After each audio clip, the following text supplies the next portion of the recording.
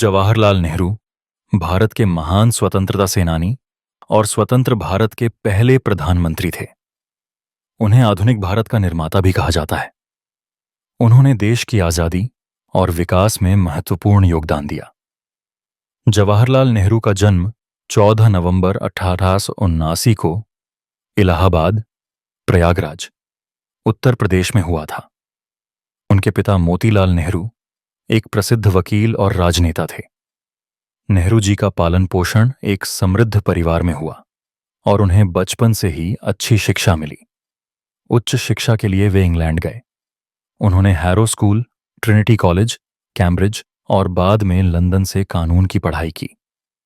पढ़ाई पूरी करने के बाद वे भारत लौट आए और वकालत शुरू की। भारत लौटने के बाद नेहरू जी महात्मा गांधी से प्रभावित हुए और स्वतंत्रता आंदोलन में शामिल हो गए। वे भारतीय राष्ट्रीय कांग्रेस के प्रमुख नेताओं में से एक बने। ब्रिटिश शासन के खिलाफ आंदोलनों में भाग लेने के कारण उन्हें कई बार जेल भी जाना पड़ा, लेकिन उन्होंने हार नहीं मानी। 15 अगस्त 1947 को भारत स्वतंत्र हुआ और जवाहरलाल नेहरू देश के पहले प्रधानमंत्री बने।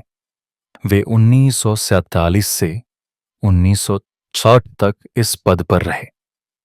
उनके कार्यकाल में उन्होंने उद्योगों और बड़े बांधों का निर्माण कराया, विज्ञान और तकनीक को बढ़ावा दिया, आईआईटी जैसे शिक्षण संस्थान स्थापित किए, लोकतंत्र और राष्ट्रीय एकता को मजबूत किया। नेहरू जी बच्चों से बहुत प्रेम करते थे।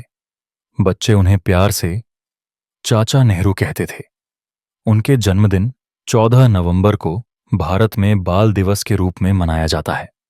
उनकी पत्नी का नाम कमला नेहरू था और उनकी एक पुत्री इंदिरा गांधी थीं, जो आगे चलकर भारत की प्रधानमंत्री बनी। पंडित जवाहरलाल नेहरू का निधन 27 मई 1964 को हुआ। वे एक दूरदर्शी नेता थे जिन्होंने आधुनिक भारत की नींव रखी।